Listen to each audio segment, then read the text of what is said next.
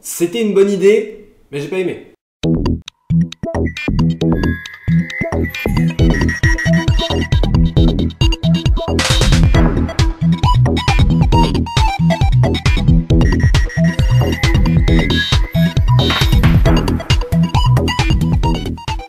Donc salut à tous, c'est Pixel en compagnie de Fabien pour ce dernier Marvel de l'année, si je me trompe pas, hein, le tout dernier.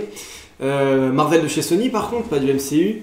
Le très attendu Spider-Man New Generation, Spider-Man Into the Spider-Verse en version originale anglaise et américaine. Ou québécoise aussi apparemment j'ai vu. Oui. Dans le Spider-Verse. Ouais, c'est toujours traduit. Retour perdant pour ma part, on va tout vous expliquer, on est en partie... Non spoiler, c'est un rire sale aussi qui nous a fait là.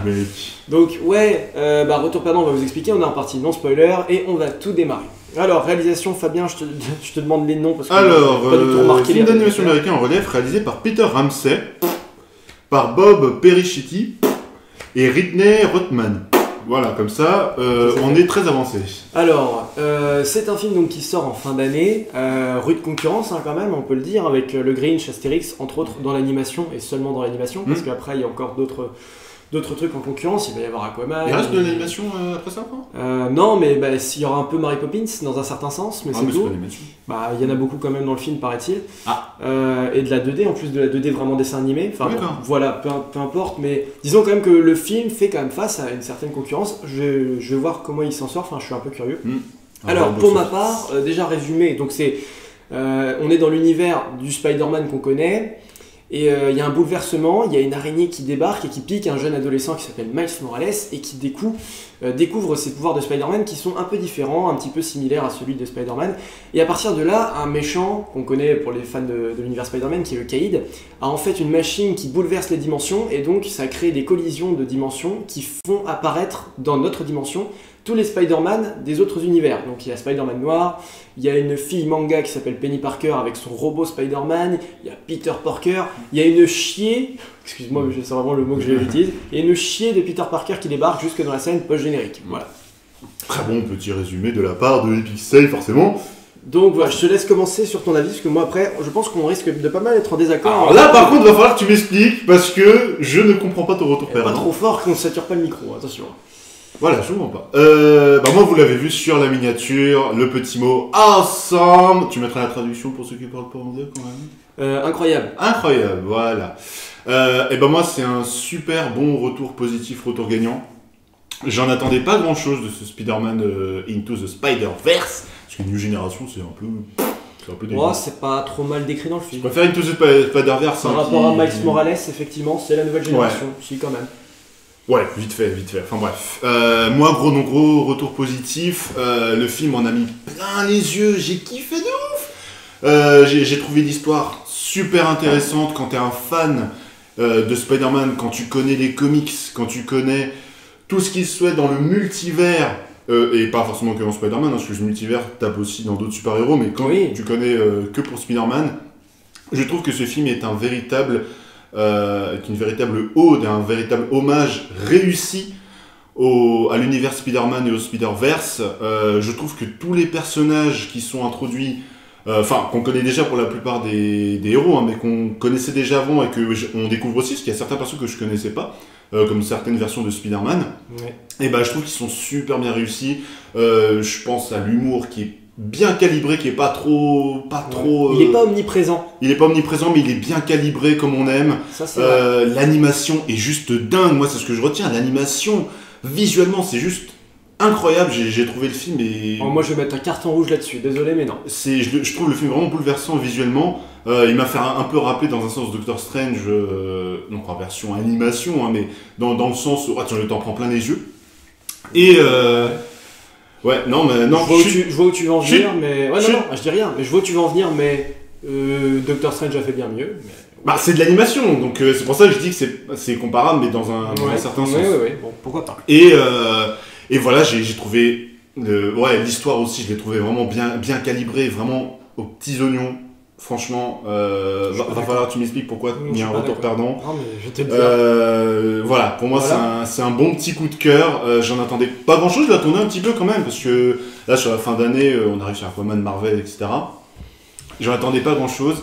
Et j'ai envie de le revoir, ce qui n'est pas le cas de tous les films que j'ai vus cette année. J'ai envie de le revoir. Peut-être pas forcément au ciné, mais j'ai très hâte qu'il soit disponible en Blu-ray, que je prendrai sûrement parce que c'est un super petit coup de cœur. Voilà, ok, à toi. Alors moi pour ma part, avec vous, là on en sort. Enfin je dis avec vous, il y a Louis qui est derrière qui est en train de manger. Qui mange sa pizza là-bas. Voilà. Mais bon, qui préfère manger plutôt que faire la critique, ce que je peux comprendre, on a faim là. Parce que le film dure longtemps quand même, il dure 2 heures. Donc je l'ai déjà vu hier soir avec une autre bande de potes et je l'ai revu avec vous. Et hier soir en sortant, je me suis dit merde, j'ai clairement pas envie de le revoir, complètement. Pourquoi parce que tous les partis pris qu'il y a dans ce film se veulent vraiment purs, je pense. Se veulent aboutis, enfin il y a quelque chose, il y a un concept qui franchement démarre en flèche. L'idée de reprendre toutes ces cases de comics et d'essayer de leur donner vie, bien sûr que c'est honorable comme projet. En revanche, dès qu'on part dans l'application de l'univers, de tout ce qui va sortir, de tout ce qui va arriver, ça peut pas prendre sur moi tellement c'est parti en couille, pas du début jusqu'à la fin, mais du milieu jusqu'à la fin. Je m'explique. Dans cet univers, vous allez avoir la moitié des personnages qui vont popper, qui sont fortement dispensables, vraiment. Que ce soit les méchants ou les gentils, Peter Parker, le porc, Penny Parker avec son robot, le bouffon vert, Dr Octopus qui est pas mal mais qui est pas non plus jusqu'au bout. Il y avait qui ? Il y avait Tombstone, il y en avait d'autres, il y avait le Scorpion. Tous ces persos-là n'ont rien à raconter, n'ont rien à perdre, n'ont rien à faire là parce qu'ils se sentent... Enfin, je les sens pas impliqués, on m'a pas raconté leur histoire et pourquoi ils sont venus dans cette bataille. Et après, ouais voilà, alors ça c'est le gros du problème, mais je vais approfondir. Mais finalement, à part la partie Miles Morales qui est pas mal, mais que j'ai préféré dans le dernier jeu sur PS4 parce qu'on était beaucoup plus ému, beaucoup plus impliqué dans la transformation du personnage et dans dans ce à quoi il devait faire face. Ici finalement, c'est une sorte de parodie de l'homme araignée, et ce à tous les niveaux. Chaque version du personnage, à part je dirais Spider-Man noir, chaque version du personnage est une version rigolote, est une version un peu bouffonne. On a le porc, on a la version 40 piges, on a la version manga Konishiwa complètement bizarre. Et non, alors que tu vois à la fin, c'est ce que je te disais, en scène post-générique, il y a un Spider-Man qui clairement devait faire partie des Spider-Man qui devaient arriver dans cet univers. On se sert pas des meilleurs Spider-Man, et il y en a des bons Spider-Man que tu aurais pu inclure. Donc on en reparlera, mais voilà, clairement on a fait quelque chose de trop enfantin. Et je vais conclure sur cette introduction en disant, et je vais le redire en conclusion, c'est un film qui a un énorme cul pour plusieurs petites chaises. Et on fait pas rentrer un canapé dans un placard, malheureusement. Donc voilà, est-ce que ça te permet déjà un peu de comprendre un peu plus mon point de vue, Fabien ? Pas du tout. J'ai juste envie de te dire, tu n'as pas du tout compris que le film est un véritable hommage aux comics. Parce que le comics est un véritable bordel. Mais j'ai ma réponse. Le comics, le Spider-Verse, tout le délire de multivers est un véritable bordel. Mais oui, mais est-ce que c'est les meilleurs comics, ça, d'après toi ? Nous, on veut les comics aussi qui soient les plus pertinents, pas forcément les plus bazars. Enfin... On pouvait pas t'introduire 1 milliard de personnages et t'expliquer toutes leurs histoires en profondeur en l'espace de 2 heures. Pas en profondeur, mais dans un film d'animation qui est, on peut le rappeler, destiné aux enfants, et d'ailleurs, entre parenthèses, si vous pouviez éviter de ramener vos enfants au cinéma qui disent « Ça finit quand ? Ça finit quand ?» J'avais envie de tuer le gamin qui était derrière moi. Et bah tu viens de soulever un problème, c'est fait pour les enfants et quelques enfants se sont fait chier pendant la séance. Parce que c'est destiné aux enfants, en fait ça me fait un peu rappeler ce parallèle qu'on a avec Pokémon, sur un autre truc, qui est destiné aux enfants et qui pourtant est bien mieux compris par les adultes. Et oui, c'est là en fait. C'est là que le film a un énorme cul pour plusieurs petites chaises. Mais le film est destiné aux enfants, mais il marche pour les adultes. Moi, il a marché pour moi, tu vois. Ah oui, non, mais ça, je dis pas. Bien sûr. Et quand je vois la plupart des critiques, la plupart des fans de comics, la plupart des fans de Spider-Man sont complètement éblouis par ce film. Et moi, je suis d'accord avec eux. Bah, dans l'application, il y a des choses qui vont pêcher, je te le dis. Moi, ça fonctionne pas à tous les étages. Le style, le style comics, oui. L'application, l'intérêt et la pertinence. L'intérêt, c'est de voir pour la première fois au cinéma Spider-Man accompagné de toutes ses versions. Mais c'était pas pertinent. Mais qu'est-ce que t'appelles pas pertinent ? Bah, c'était pas pertinent, ça ne dessert pas le personnage, sa création, son support bande dessinée. C'était ni plus ni moins pour moi qu'un animé Disney Channel de 2 heures. C'est ce que j'ai dit plus loin. Mais si, mais bien sûr que si, parce que c'est limité, à part un twist en rapport avec un perso, un membre de la famille de Miles Morales, dont on parlera en partie spoiler. À part ça, il n'y a aucun élément de l'histoire qui soit profondément sincère, qui soit... Bah voilà, t'as pas compris. T'as pas compris que tous les autres Spider-Man qui sont donc introduits dans le film... Mais personne ne les connaît, ces Spider-Man, Fabien, ceux-là, à part... Bah, ceux de leur univers. Ouais. À part ceux de leur univers. En fait, tous les Spider-Man vont être là pour aider Miles Morales à devenir le nouveau Spider-Man. C'est là, dans le sens que le titre d'une génération prend son sens. Ouais, voilà. Et ils sont là pour aider ce Spider-Man à devenir le nouveau Spider-Man qu'on va tous kiffer. Moi, j'ai pas réussi à trouver une image HD, mais je vais mettre Miles Morales en fond d'écran de mon téléphone. Mais lui, il est bien dans le film. Il est bien. Il est très très bon. Il a un super bon développement. Il se retrouve trop noyé, je trouve, avec trop de personnages autour de lui. Lui, il est très bien, mais il t'aurait mis la moitié des persos et c'était cool. Voilà. Et ça t'a pas dérangé dans un petit film qui s'appelle Avengers 3 ? Bah non, parce qu'on a eu 10 ans... Voilà, c'est le problème qu'on n'a pas sur Avengers 3, c'est qu'on a eu 10 ans d'intégration pour tous les persos. Là, t'as pas juste envie d'aller regarder sur YouTube des vidéos compilations pour t'expliquer qui sont tous les Spider-Man de ce film. T'as pas envie de ça. T'as pas envie de regarder la moitié d'entre eux. La moitié. T'as pas envie d'en voir plus. Moi, j'ai envie d'en voir plus, tu vois. Non, désolé, non, mais c'est parce que c'est trop enfantin déjà d'une, et puis après, Il y a pas qu'un aspect enfantin. T'es au courant ? Bah, je vais pas le dire parce que c'est un parti spoiler. Mais t'es au courant qu'il se passe des choses dans le film qui sont quand même assez punch, assez hardcore, tu vois. Mais oui, bien sûr. Évidemment, ça, je me dis le contraire. Mais après, moi, je vais prendre... on va changer de contexte. Partir donc sur l'idée visuelle du film. Il y a trop d'informations à l'écran. Trop. Avoir pris le parti pris comics avec les petites cases d'écriture, tout ça, c'est cool. Des fois, c'est super cool. Et des fois, tu te dis, ça sert à rien. Des fois, c'est juste là pour faire beau, pour te rappeler que c'est du comics, et c'est pas con. Ça amène le propos de l'histoire. Ça, en fait, ça comment dire, ça le montage est chié dans le film. Le montage est chié. C'est le plus gros point. Ah non. Le montage est nickel. À la fin, ça déborde de bang, de boom, de couleurs. Faut pas être épileptique. Hein. Il ne faut surtout pas être épileptique pour voir ce film. C'est tellement... Ça crédit. Alors, moi, j'aime bien voir les moments où il y a les cases, où il y a les mini arrêts sur image, où on voit les traits de crayon. Ça, c'est classe. Mais je vais vous reparler d'un autre film à côté qui est Astérix, qui a réussi peut-être, selon moi, mieux se parier en étant plus discret, plus subtil. Et donc voilà, et c'est très bien d'avoir pris le support comics. Est-ce qu'on s'en est... Comme tu le disais, on s'en est servi en mode bazar, en mode bordel. Non, tu vois, pas en mode bazar, il est hyper bien retranscrit. Ça aurait été cool, tu vois, qu'à un moment, tu vois, pour légitimer... Il n'y a jamais un moment où on sort... Enfin... Comment dire, Stan Lee dans le film, il y est, on vous dira pas quand, mais on aurait pu le mettre à un moment comme s'il dessinait les comics, comme si c'était le narrateur de l'histoire, je sais pas, mais finalement non, t'as du comics pour faire du comics, ça ne sert jamais à rien dans l'histoire finalement, ça ne sert jamais à rien. Et parfois, même visuellement, Louis l'a soulevé tout à l'heure, et j'étais d'accord avec lui, c'est ce que j'ai vu hier, il y a du flou, il y a de la brume à l'image, à l'écran, plus les images sont lointaines, plus c'est flou, des fois il y a un dédoublement des lignes, c'est pas soigné, c'est pas beau. Des fois, j'ai l'impression d'avoir retiré des lunettes 3D et que c'était en séance 3D. Enfin, merde, quoi. Parfois, c'est très beau, c'est fluide, et des fois, ça l'est pas du tout. Je comprends pas. Ah, si, Fabien, si. Des fois, c'était pas du tout, c'était pas fignolé. Mais c'est vrai, mais je te jure que c'est vrai. Parce que tu vois pas ça comme une page de BD, tu vois pas ça comme une page de comics. Sur une page de BD, je suis désolé, les dessins, même regarder. Non, mais j'ai déjà vu des comics. Des fois, les dessins sont grossiers, le trait est plus lourd. Ok, d'accord. Non mais d'accord, ok. Mais il faut que ça serve à quelque chose. Il faut pas que ce soit là des fois, puis des fois ce soit pas là. Il faut pas que des fois l'image soit parfaite et des fois elle soit dégueulasse. Il y a un vrai travail sur la réalisation, il y a un vrai travail sur l'animation, sur le dessin, sur le crayon. Je vois pas comment... Je sais pas, moi j'en ai pris tellement plein les yeux. Je vois pas comment tu... Mais moi j'en ai trop pris plein les yeux. Bah heureusement. T'es là en mode... Ah oh, putain, ça pique les yeux. Le rouge, le violet, le vert, les bangs, les scènes d'action qui vont à 200 à l'heure, que tu sais pas où te concentrer tellement ça part ça part pas dans tous les sens, mais c'est rapide, c'est extrêmement rapide. Les caméras sont hyper proches de nos personnages, on n'a pas de plan large, on met pas encore beaucoup New York en valeur de ce que j'ai vu.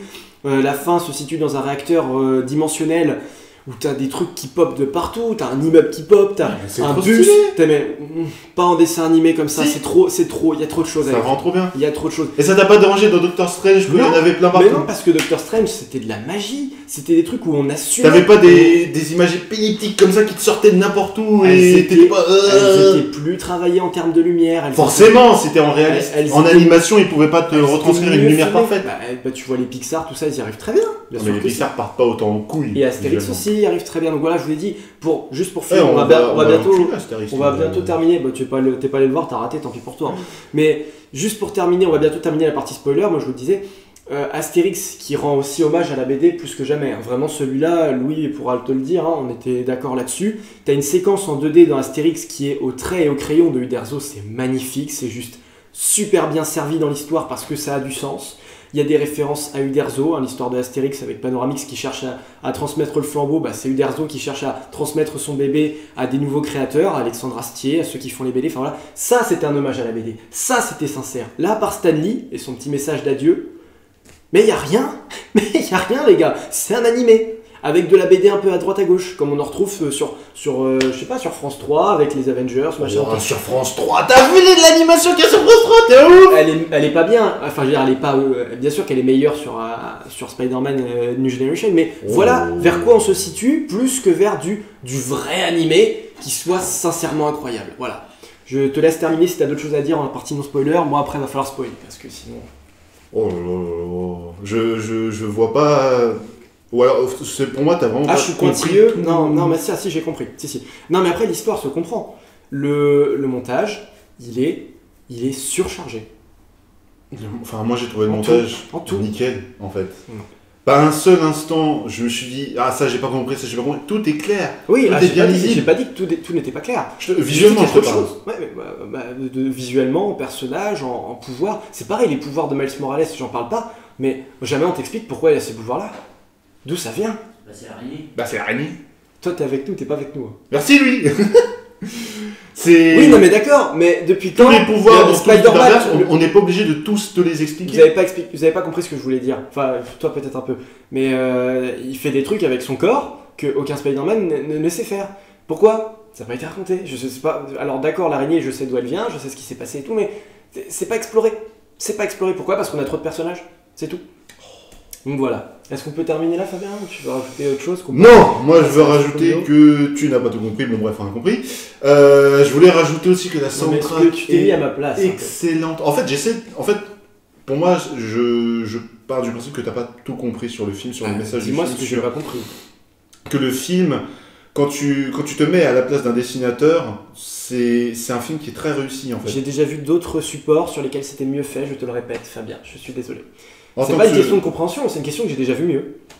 Ouais, t'as déjà vu mieux, mais dans le contexte Spider-Man, de la première fois qu'on voit Spider-Man entouré de toutes ces formes alternatives, tu vas pas me dire que t'es pas content de voir tous les Spider-Man arriver. Il y en avait des mieux, Fabien. Putain, à un moment, tu as une scène où on voit tous les costumes de Spider-Man, tu te dis, j'aurais kiffé des persos qui mettent ces costumes-là plutôt que les persos parce que on a les versions caricatures.